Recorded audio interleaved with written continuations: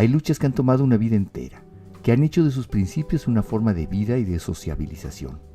Es el caso de Jesús Ortega, un hombre que no ha encontrado cansancio en su caminar por la política y las causas sociales. Desde hace muchos años, Jesús Ortega ha sido una figura en la izquierda mexicana, un referente, pero también se ha ganado un lugar como un hombre mesurado y prudente, que busca la conciliación y el diálogo. En su larga carrera política ha jugado varios papeles, desde fundador y dirigente de su partido, el PRD, pasando por el Poder Legislativo, hasta incluso ser el coordinador de la campaña de Andrés Manuel López Obrador en el 2006, esa mítica elección que parece todo lo cambió. Por eso me encuentro hoy con Jesús Ortega, una charla entre el pasado y una mirada clavada en el futuro político de nuestro país. Pues hoy estoy realmente muy contento de estar con Jesús Ortega. Jesús, muchas gracias por recibirnos aquí en un edificio histórico, Monterrey 50, un edificio histórico del PRD, de la lucha de la izquierda en México, con un personaje al que aprecio mucho y al que respeto mucho como Jesús Ortega. Muchas gracias, Jesús. Muchas gracias, Carlos. Efectivamente estamos en la sede de lo que fue el Partido Socialista Unificado de México, antes de la sede que la fue del Partido Comunista Mexicano, después del Partido Mexicano Socialista. Fíjate. Y luego fue la sede donde se platicó y se empezó a avanzar en el acuerdo para la formación del Partido de la Revolución. Aquí en estos pasillos, en tiempos del Frente Democrático Nacional, estaba todos los personajes que hoy vemos en la palestra nacional. Es correcto, ¿no? De uno y de otro de los bandos, pero en estos pasillos, en estas escaleras, se discutía no solamente la constitución del PRD, sino se discutía las reformas políticas que le dieron paso a la transición democrática en México. De eso se habla poco, pero aquí en estas instalaciones se resolvió y se discutió y se acordó casi todas las reformas políticas que dieron cauce a la vida democrática en México. Es muy emocionante eso. Yo conozco este edificio desde antes de que lo remodelaran, ahora quedó muy bonito. ¿Qué queda, Jesús, del eco de esos tiempos? Hoy, muchos años después, tú fuiste un actor fundamental en esos momentos. ¿Qué queda de esa lucha por la democracia? Hoy que pareciera que para las nuevas generaciones esa lucha no existió, y para las que sí lo vivimos parece que queda un poco desdibujado. ¿Qué te deja todo ese tramo de la historia? Sí se ha desdibujado ese tramo de la historia, porque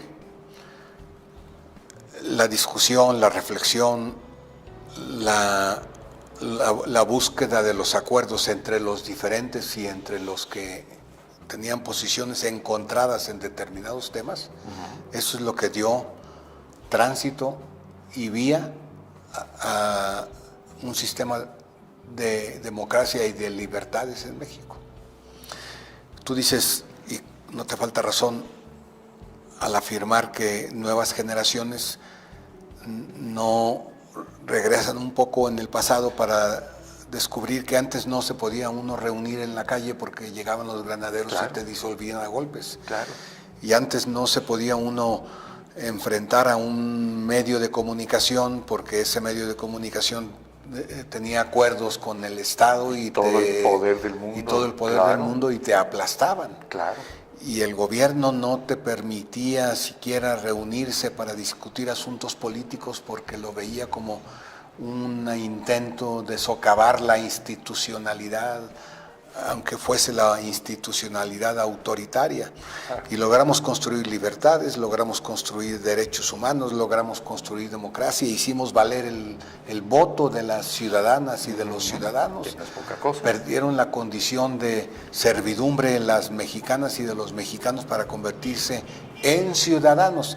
Y eso fue resultado de que pudimos encontrarnos en espacios como los de este edificio, priistas, panistas, perredistas, personas que no militaban en partidos políticos, para construir los acuerdos de la transición mexicana.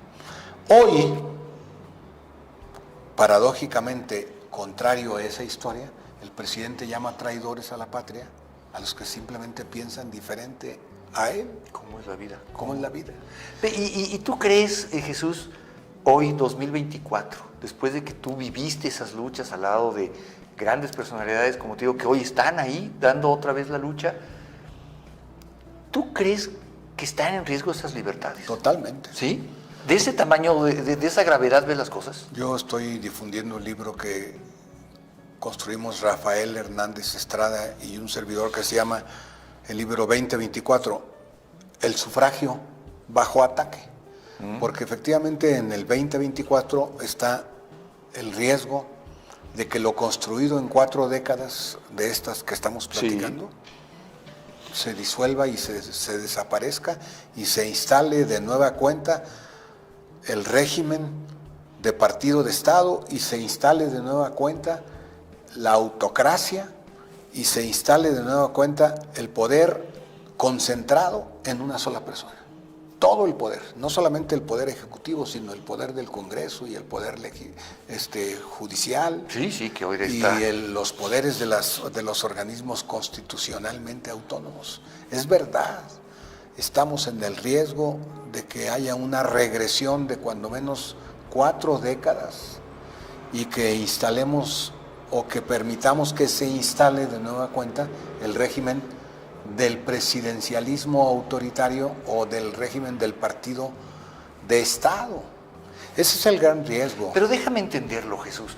¿Esta regresión sería producto de la idea de una sola persona, me refiero a Andrés Manuel López Obrador, o hay un grupo de pensamiento que está empujando a este retroceso? Hay un grupo de pensamiento, aunque en ese grupo de pensamiento el que tiene el peso fundamental es el presidente de la República. Por eso hay que ubicar con toda claridad el tipo de régimen que estamos viviendo. Estamos viviendo una autocracia, el poder del Estado concentrado en una sola persona.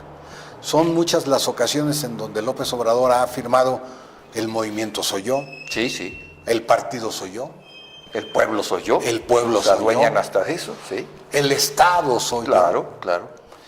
Y todas esas visiones dan cuenta de que lo que vivimos no es un régimen republicano, ya no se diga un régimen de un grupo de personas que deciden reflexionando, no, hay un individuo que toma las decisiones fundamentales y en el mejor de los casos ese grupo que rodea al presidente es repetidor. Subordina su pensamiento. Está subordinado.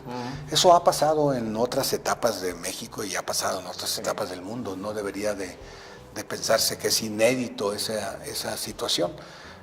Es delicado, es grave, es triste que lo que avanzamos en 4 décadas, en 40 años, Está en juego hoy en una elección y que pudiera concentrarse de nueva cuenta el poder en un individuo para repetir la presidencia imperial. A ver, pero déjame entonces hacerte una pregunta que puede sonar muy ingenua, pero pues, ¿cuál es el temor? Si López Obrador, pase lo que pase, en unas semanas se va. ¿Se va López Obrador? No se va, porque López Obrador, no perdamos de vista que su plan A era cómo ganar la mayoría del Congreso de la Unión en las elecciones del 2021, las intermedias. Se frustró su plan. Se frustró ese plan, el plan A. Ajá. Y claro que él quería modificar la Constitución o terminar con la Constitución del 17 para construir su Constitución, su modelo de Constitución. No lo logró porque no alcanzó mayoría constitucional, mayoría calificada.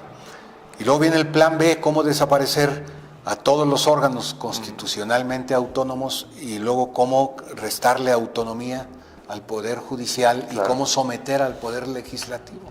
No lo logró plenamente, aunque avanzó, dio pasos importantes, pero no lo logró. Ahora viene el plan C.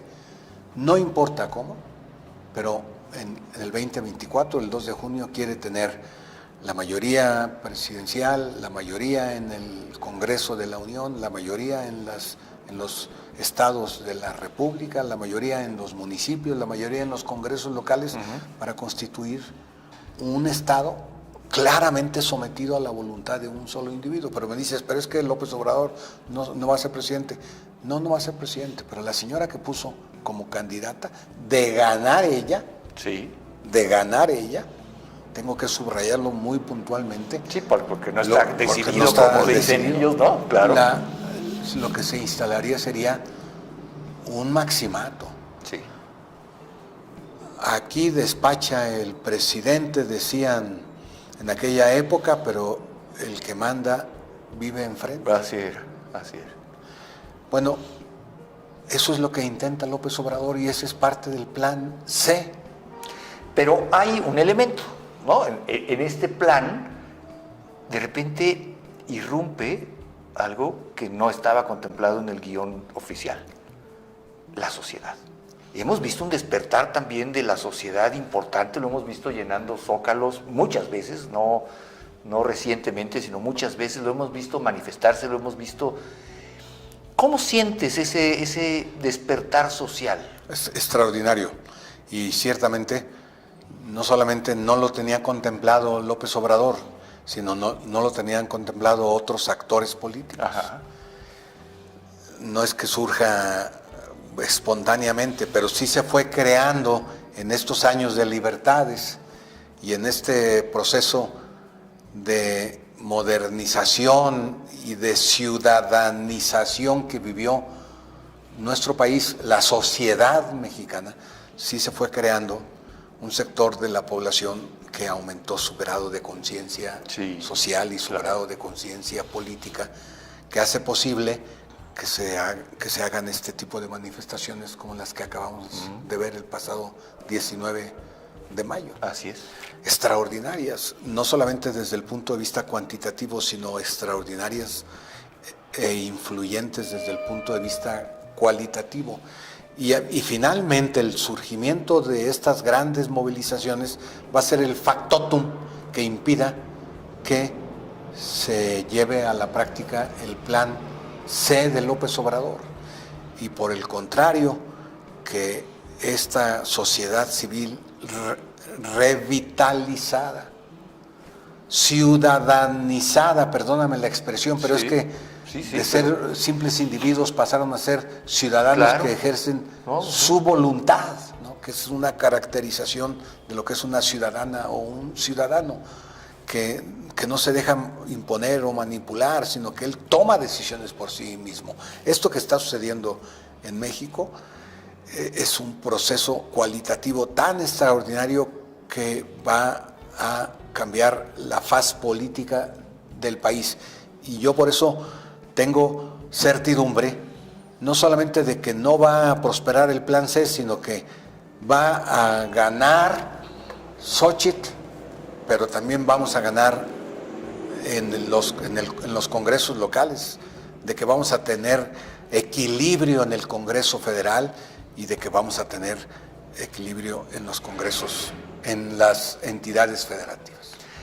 A ver, si eso pasa, Jesús, ayúdanos a entender un escenario posible, porque lo que hemos entendido también en estos casi 6 años de gobierno de Andrés Manuel López Obrador es que no le gusta perder, y no le gusta admitir, aunque perder sea que gane la sociedad, no es un gobernante que admite, diga, bueno, ganó la democracia. Si no tuviera estas mayorías en el Congreso, ¿qué reacción podemos prever desde López Obrador? Hay que ser realistas. No va a aceptar ¿verdad? que pierde la elección. Felipe González tenía una frase, él que vivió el proceso de transición español, tenía una frase que decía: a los demócratas no se les conoce en la victoria, sino se les conoce cuando pierden. Claro.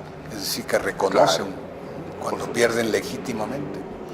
López Obrador no es un demócrata, por lo tanto, sepámoslo, entendámoslo, reconozcámoslo, no va a reconocer su derrota. Y por lo tanto, los partidos políticos y la ciudadanía tenemos que estar prestos para reaccionar ante esto que yo tengo plenamente la seguridad de que va a hacer, no va a reconocer. Sí, yo también pienso que por ahí va. La eventual derrota que incluso cómo ha venido incorporando casi desde el principio de su gobierno, pero últimamente acentuando el tema de un golpe de estado técnico y en fin, empieza a meter algunos argumentos. Es parte de esa estrategia. Que dices, está curando en salud esta situación. Utilizar palabras como estas que mencionas. La oposición dice, está preparando un golpe de estado técnico. La oposición dice, es traidora a la patria. Sí. Nunca vamos a aceptar que los traidores a la patria asuman el gobierno. Todas estas cosas que dice es porque está previendo una eventual derrota que él no está dispuesto a reconocer. Pero nosotros no vamos a atender esta situación sobre la base de que él se disponga a aceptar o no. Más bien lo que yo procuro es que la gente entienda que tenemos que utilizar pacíficamente todos nuestros recursos constitucionales, incluido el de la movilización en la calle, para lograr que se respete la voluntad ciudadana.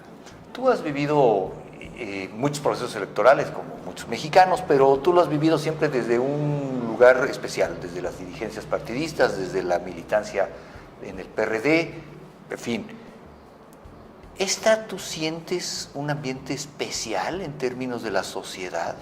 Yo veo una polarización sistemática desde Palacio Nacional desde hace 5 años, casi 6 años, todos los días este tema de ustedes los malos, nosotros los buenos, los perversos y los inocentes, en fin, este discurso ha terminado por permear en la sociedad. Pero ¿cómo sientes tú que a días estamos hoy, este programa lo estamos grabando y faltan 11 días, una cosa así, para la elección, saldrá al aire cuando falten escasos una semana? ¿Cómo sientes el ambiente? Tú has recorrido el país, has estado al lado de la candidata de oposición, de Xóchitl Gálvez, de las dirigencias del PRD, por supuesto.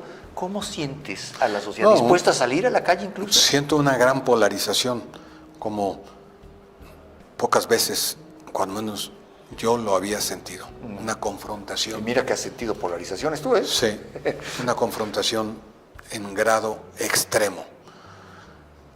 Cuando Xóchitl dice que estamos entre una circunstancia de 2 sopas, y López Obrador también dice que estamos en una circunstancia de 2 sopas, es verdad.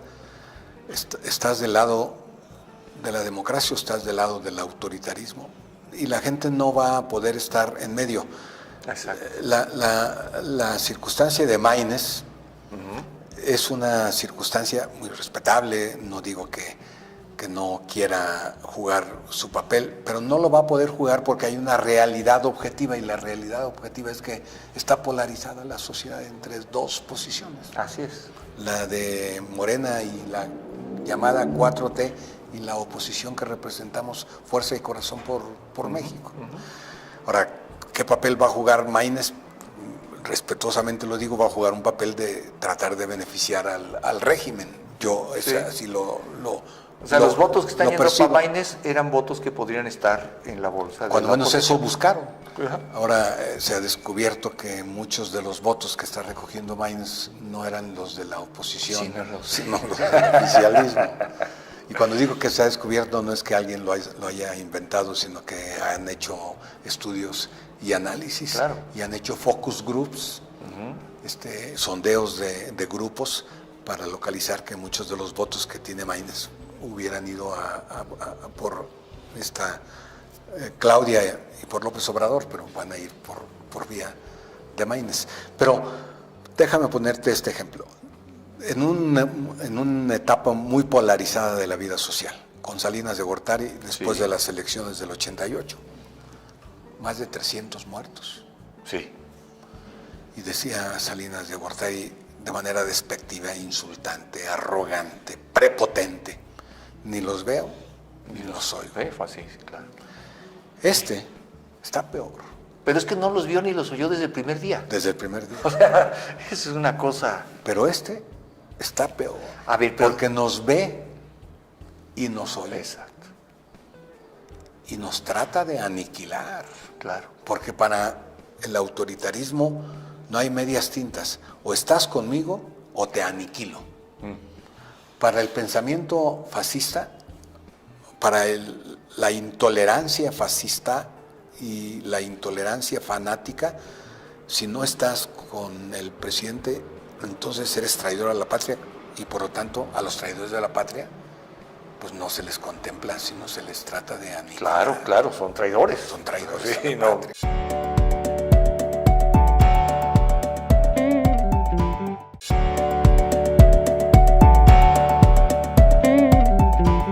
Sí, no hay... El calificativo no es, Claro. no es menor. Entonces lo que yo digo es que hay que tener cuidado porque está el grado de polarización de tal naturaleza alentado por el gobierno que puede derivar en una confrontación de consecuencias que no se tienen todavía cuantificadas y menos valoradas con suficiencia de responsabilidad. Yo qué le diría a la gente, no nos dejemos, no nos dejemos. Si nos hacen fraude, entonces salgamos a la calle a exigir el respeto a la voluntad ciudadana. Y digo esto porque López Obrador piensa que la gente se va a quedar con el golpe, o que la gente puede asimilar el golpe y no va a salir a la calle. Yo, cuando menos por mí, yo le digo a la gente, yo no me voy a quedar con un golpe artero de López Obrador o del gobierno. Y mucha gente con la que he platicado está igual.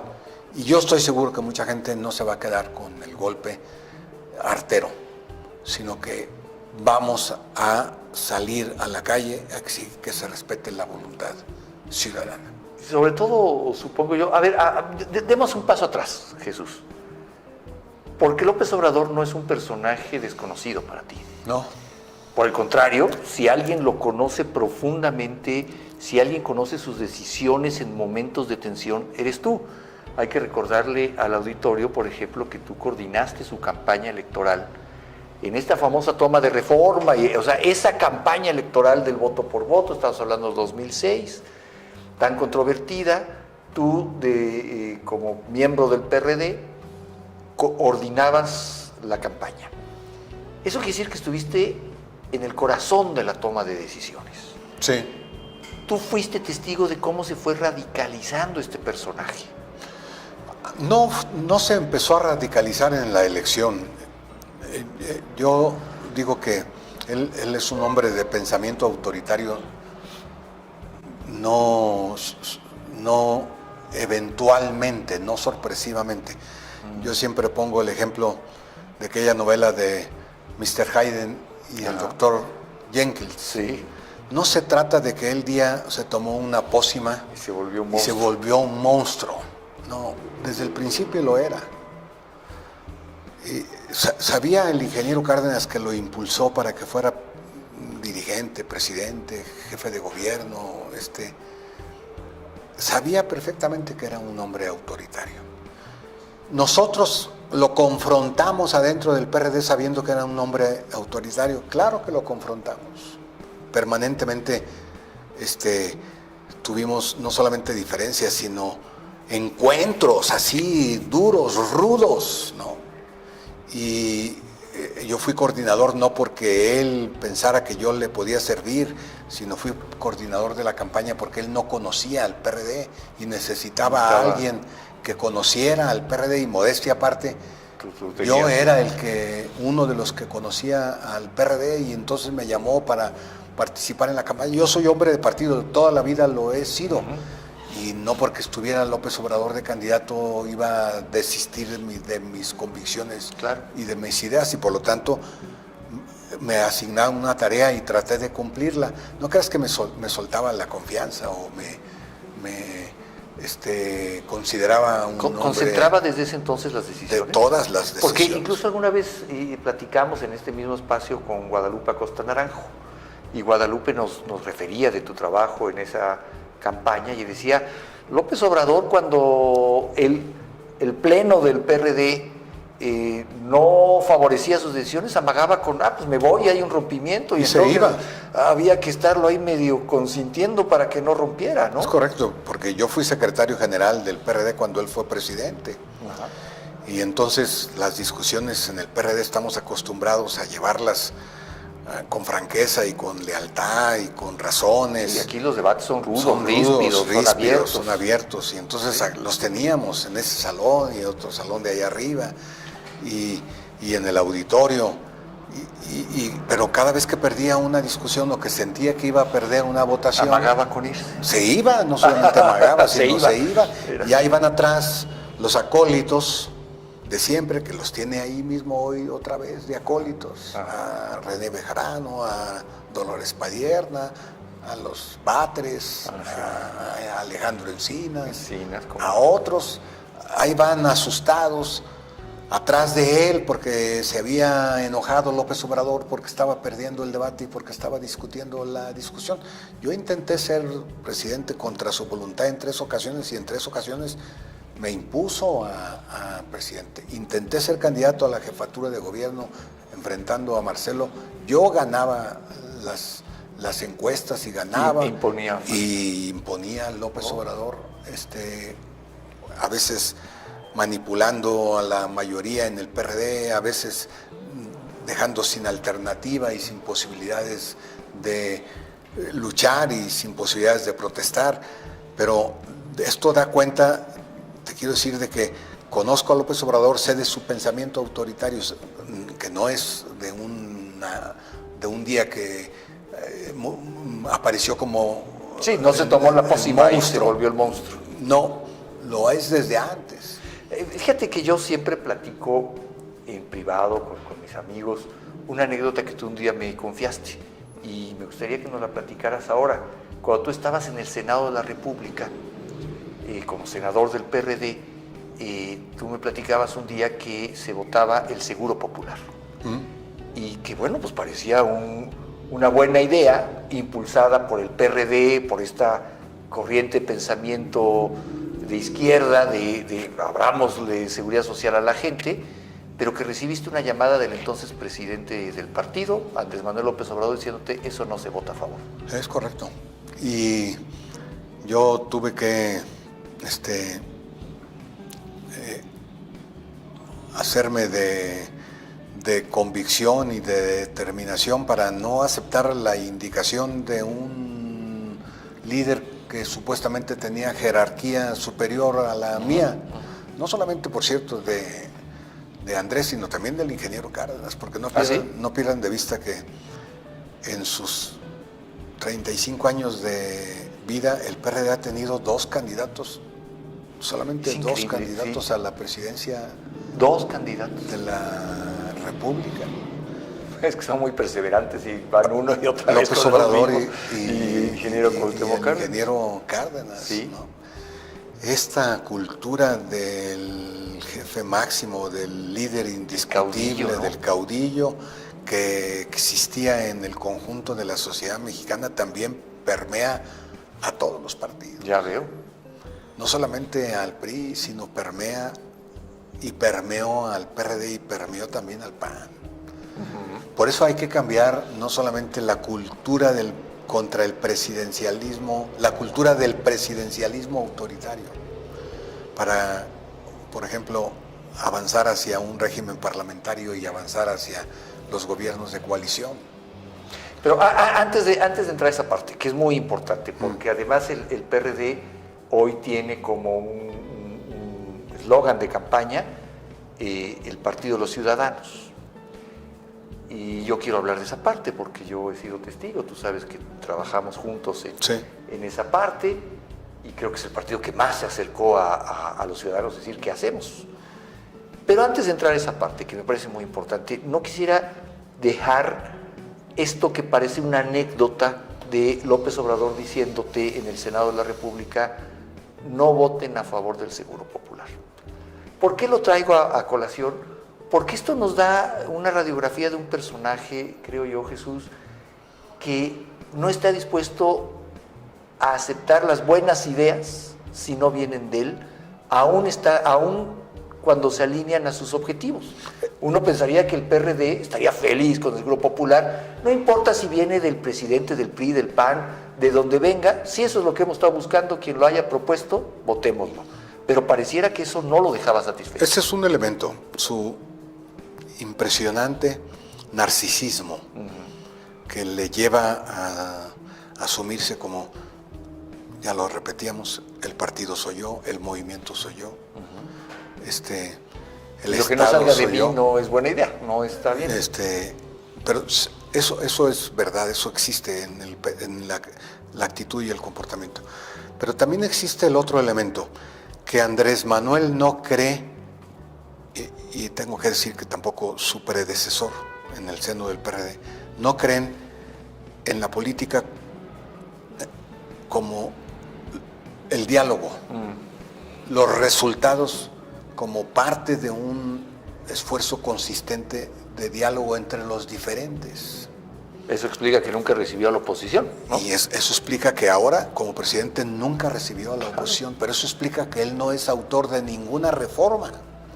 Él no participó en ninguna de las 7 reformas político-electorales desde de 1977. Él no estaba todavía en el PRD hasta en el 2000, en el Pacto por México. Ninguna. Siempre las trató de bloquear, pero no solamente él, sino otros dirigentes.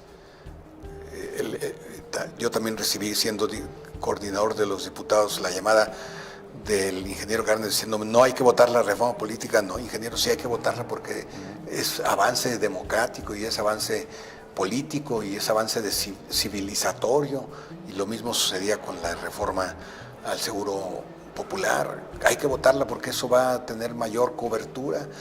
Pues no, pues sí. Y entonces y había una rebelión interna. Y hubo rebelión de los legisladores, platicándolo con ellos. Claro que siempre hay sus acólitos y sus incondicionales, pero había un número suficiente para acompañar todas esas reformas.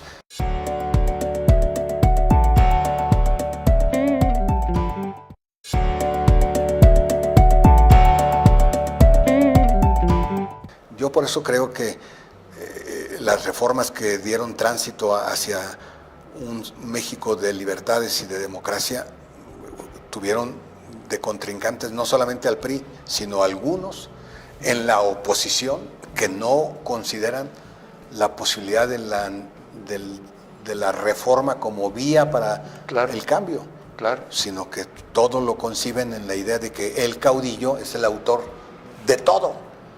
El autócrata es el autor de todo. El rey es el autor de todo. No solamente es un problema psicológico, sino también es un problema de visión de la política y de visión de cómo se comportan las personas en un espacio de decisiones. A ver, entonces hablemos ahora de futuro. Esta elección va a ser un cisma en el sistema político. Creo que ha habido importantes cismas, el 88 lo fue, sin lugar a dudas, ¿no? Lo fue el 2000, que aunque no fue algo tan socialmente controvertido, nos adoptamos que los votos ya cuentan, a partir de ahí entonces IFE, INE, pero esta elección, Jesús, ha cambiado muchas cosas. O quizá no esta elección, este periodo de López Obrador ha cambiado muchas cosas. Sí. Una de ellas, sin lugar a dudas, es lo que los ciudadanos también nos preguntamos. ¿Y los partidos cuándo van a cambiar? O sea, los partidos como organismo de interés público, como la forma de participación política, también deben haber tenido un llamado de atención en este periodo diciendo, a ver, tenemos que encontrar otras maneras, ¿no? Sí, el llamado de atención está presente, ¿eh? Lo hace todos los días la ciudadanía y lo ha hecho de manera muy enérgica. Y si uno escucha bien las cosas, la manifestación del pasado domingo también es un llamado de atención a los partidos políticos, porque quien se concentra es la ciudadanía, en su mayor parte es la ciudadanía que no ha militado en partidos políticos. Así es. Y está haciendo un reclamo. Hay una frase muy poética que dice, hay personas que son capaces de escuchar cómo crecen las plantas, pero son incapaces de escuchar el estruendo de un volcán. Pues yo digo que estas manifestaciones de la ciudadanía son estruendos de volcanes, Claro. que deberían ser escuchados por la clase política, toda, por López Obrador, pero también por los dirigentes de los partidos políticos que hacen causa con López Obrador, pero también de los partidos políticos que están enfrentando a López Obrador. Claro. Por eso nuestra oferta política, la de nosotros, la de la coalición, en donde está el PRI, el PAN y el PRD, nuestra oferta no debería de ser solamente la de cómo vamos a gobernar, sino cómo nos vamos a reformar. Eso es muy importante, claro.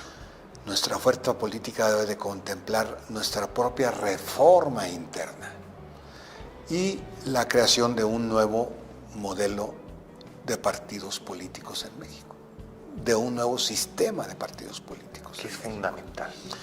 Y de esa manera sí contribuiríamos exitosamente al cambio de régimen político, porque se trata de cambiar del régimen presidencialista a un régimen de coalición, pero también se trata de cambiar de un régimen de partidos políticos anacrónicos a un régimen de partidos políticos contemporáneos, modernos, abiertos a la sociedad civil. Yo siempre he dicho, Jesús, no sé si coincidas conmigo, que los mexicanos hemos, del 2000 para acá, conquistado quizá la parte más básica de la democracia, que es que el voto cuente. Eso no es poca cosa, No, nos costó mucho, pero es la parte más básica. Sí. Lo que hay que preguntarse antes es cómo llegan los nombres de los candidatos a las boletas. Hoy esos nombres de los candidatos a las boletas llegan en un cónclave. Tienes que caerle bien a la dirigencia de tu partido. Ustedes han propuesto, por ejemplo, plantear que haya Elecciones primarias. Y luego viene el otro problema. Después de la elección, un gobierno emanado de una elección transparente no necesariamente es un gobierno democrático. No. O sea, que te elijan democráticamente no quiere decir que gobiernes democráticamente. Y ustedes han planteado gobiernos de coalición. ¿Qué tan viable es que en el escenario próximo, que la sociedad va a estar muy polarizada después de la elección del 2 de junio, podamos sentarnos, los partidos puedan sentarse con la sociedad, a hablar de elecciones primarias, obligatorias, universales, en fin, y gobiernos de coalición, cambiar el sistema político, se me hace difícil en este momento. La viabilidad depende de quién gane la elección, porque si la elección la ganamos nosotros, se abre efectivamente el espacio para no solamente el gobierno de coalición, sino para un nuevo sistema Incluso político Xochitl ha hablado ya democrático. de ella gobernar en gobierno de coalición. Pero si ellos ganan... ¿Qué gobierno de coalición qué es? Porque a veces se me interpreta como gobierno de coalición, voy a invitar a algunos que no son de mi partido al gabinete. No. Y debe ser algo más profundo, ¿no? Sí, esta es una, digamos, una perversión del concepto. Sí. Esto que hicieron en Coahuila, lamentablemente, algunos partidos incluidos de la coalición nuestra, de entender el gobierno de coalición como cómo se reparten hasta las notarías, ¿no? Pues es una visión atrasada, perversa, digamos interesada, de ganar posiciones al margen de las necesidades del país. No, el gobierno de coalición es un gobierno que evita el gobierno de un solo individuo, que genera un gobierno colegiado, que hace que ese gobierno colegiado esté sujeto a la sanción por parte de la ciudadanía y por parte de los órganos del Estado. Cuando digo sanción es la revisión de la gestión del gobierno. Son, en lugar de secretarios, ministros que su responsabilidad depende de la revisión constante y permanente por parte del Congreso de la Unión, y si el ministro de Comunicaciones no está sirviendo... ¿Pero esto haría que el ministro fuera parte del Poder Legislativo? No, haría que el ministro de Comunicaciones... O sea, no es un parlamentarismo. pero es muy cercano al Muy Parlamento, cercano. porque el ministro sería electo por el Congreso. Ah, Y por lo tanto, si es electo por el Congreso, entonces el Congreso puede destituirlo, no solamente el presidente. ok. Y por lo tanto es un ministerio, no es un grupo de secretarios del presidente, sino es un ministerio que depende de ser revisado por el Congreso y también de ser revisado porque queremos construir un consejo ciudadano que también esté permanentemente revisando el comportamiento de todos y de cada uno de los ministros que forman parte del gobierno. Eso de que coalición. planteas, Jesús, va en sentido contrario a lo que hemos vivido. Un Sí. presidencialismo cada vez más Y que hemos vivido concentrado. con el PRI y que hemos vivido con el PAN. Sí, sí, Es- sí. No creas que ha sido muy No, diferente. Se trata, por eso, culturalmente de cambiar el régimen, no solamente de forma, culturalmente. Se trata de una transformación cultural de un régimen de presidencialismo de un solo individuo a un régimen de un gobierno de coalición que trastoca las viejas costumbres, que trastoca la historia anterior, ¿no? Para crear una nueva.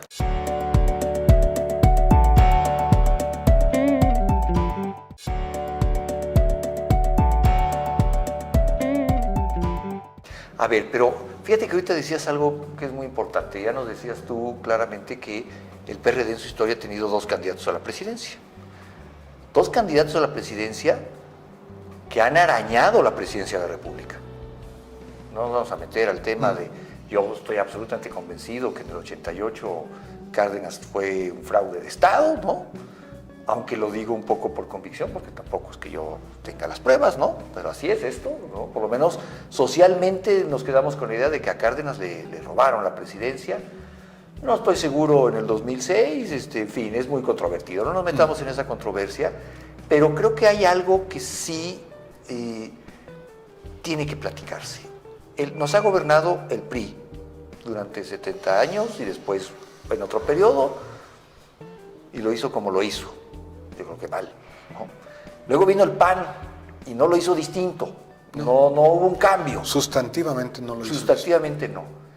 Luego vino Morena, pero no nos ha gobernado entonces el PRD. El PRD, estoy hablando a nivel nacional, por supuesto que ha tenido gobernaturas importantes. ¿Falta un gobierno de izquierda? ¿Esta Sí. es la izquierda que nos dijeron que nos iba a gobernar? ¿Esto es el proyecto de izquierda que estábamos esperando, Jesús? No. Sí, esbozamos un gobierno de izquierda en varios momentos. Fuimos mayoría en la Cámara de Diputados junto con otras fuerzas. Hicimos leyes muy importantes, tú mencionas algunas. Transformamos radicalmente lo político y algunos aspectos de lo social. Pero no dimos el paso definitorio para pasar de la democracia electoral, como la referías tú, a un cambio de régimen político. Claro. Y por lo tanto, cuando se hizo el cambio de individuo en el gobierno, en la presidencia de la República, no cambiaron sustantivamente las reglas del juego político. Ahora no se trata solamente de que en lugar de Andrés esté otra, sea Xochitl, Sí, claro. o sea Es que cambia el régimen. Claudia, sino se trata de cambiar el régimen, sepultar en el mejor sentido el viejo régimen de partido de Estado que quiere surgir de la tumba, porque ya estaba enterrado el viejo régimen, pero ha resurgido con otro nombre, con el nombre de Morena. Sí. Y hasta más profundizado los más vicios. ¿no? profundizados Sí. los vicios. Claro. Entonces se trata de no permitir que se instale nuevamente ese viejo régimen que ya habíamos dejado atrás en la historia, para en lugar de esta reinstalación del viejo régimen, construir un nuevo régimen político como no había existido antes en la historia de México, que es el nuevo régimen político que ya no se sustenta en el presidencialismo autoritario, en el gobierno de un solo individuo, en el gobierno absolutista, sino en un gobierno de coalición, claro, o francamente en un gobierno parlamentario, claro, en un régimen y parlamentario, que sería para ir concluyendo, desde luego posible. Jesús, y agradezco mucho estos minutos que nos has regalado. No, la con verdad gusto. es que siempre es muy grato platicar contigo. Hace un momento yo refería a que el PRD fue quizá el único partido que después de la elección del 2018 legítimamente y de verdad con preocupación, soy testigo de ello, se acercó con la sociedad civil, con algunos movimientos de la sociedad civil, dijo, a ver, ¿qué podemos hacer para atraer ciudadanos, para refrescar y abrirle puertas a los ciudadanos? En este mismo edificio, antes de que estuviera tan bonito, antes de la remodelación, nos reunimos muchas veces, tú me invitaste, de hecho fuiste tú quien directamente me invitó a participar en Futuro 21, y hablamos durante mucho tiempo, durante muchos meses, durante muchas horas, debatimos, a veces acaloradamente, a veces siempre con mucho respeto, pero como son los debates en el PRD, apasionadamente sobre cómo los ciudadanos iban a hacerse de una nueva puerta para la política. Me da la idea que al final eso pues no prosperó por muchas cosas. Creo que al final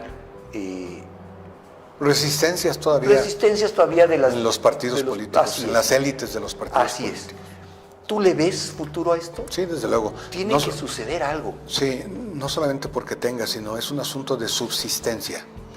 O los partidos políticos dan el vuelco radical a su forma de funcionamiento, o desaparece. Tal y como porque además vemos a los mismos en los mismos cargos, en las mismas candidaturas, ¿no?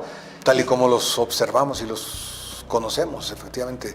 Por lo tanto, tiene que ser una renovación en la forma de actuar, pero también tiene que ser una renovación generacional. Claro. Y tiene que ser una renovación de personas, claro, de individuos. Que terminan trayendo nuevas ideas, nuevos aires. Y tiene que ser, qué bueno que lo mencionas, a mi juicio lo fundamental, la renovación del pensamiento político. Porque sí, una cosa que necesitamos superar es que todo el debate político siga dándose sobre las viejas ideas del siglo pasado. Sí. El nacionalismo revolucionario. Sí. Y seguimos creyendo que generar energía eléctrica es soberanía, ¿no? Cuando podríamos modernizar el concepto. Es correcto. Y los conceptos y las ideas fundamentales, los conceptos principales son del siglo pasado. Necesitamos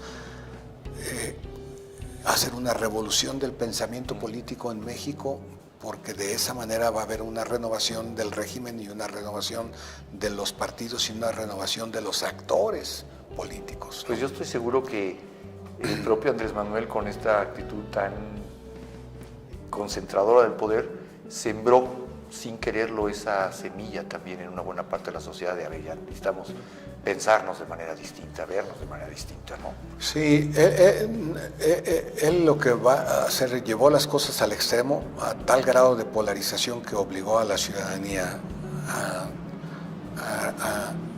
a ser parte, claro, del debate y del escenario y de la discusión, y por lo tanto a emplazar a los partidos políticos a que cambian o fallecemos. Pues Jesús, estamos a prácticamente días, horas de un proceso histórico. Siempre es un gusto platicar contigo. Te voy a pedir que platiquemos más adelante, cuando todo esto haya pasado, y me puedas también dar tu opinión de cómo sucedió desde el partido, pero también desde la sociedad. ¿Cómo no, Carlos? Jesús, siempre es un gusto platicar contigo. Gracias. Muchísimas gracias. Gracias. Un gusto. Termina así mi encuentro con uno de los personajes más influyentes en el pensamiento de la izquierda de México. Me quedo con su convicción profunda de que el país está inmerso en un proceso de cambio y de que es urgente que la sociedad la tome en sus manos. Jesús Ortega seguirá siendo una figura a la que consultar sobre el rumbo de la izquierda en México en los próximos años. Por eso, estoy seguro que la vida nos tiene preparados otros encuentros.